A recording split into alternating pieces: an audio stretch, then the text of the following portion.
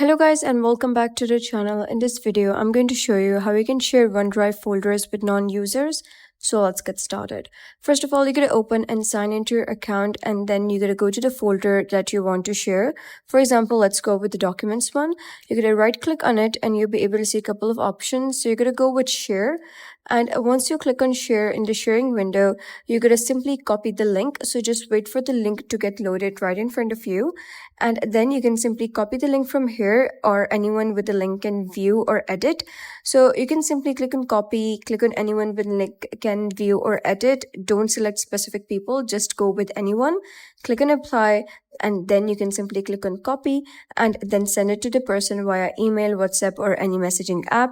They will be able to open and access the folder without needing a OneDrive account, depending on your permission settings.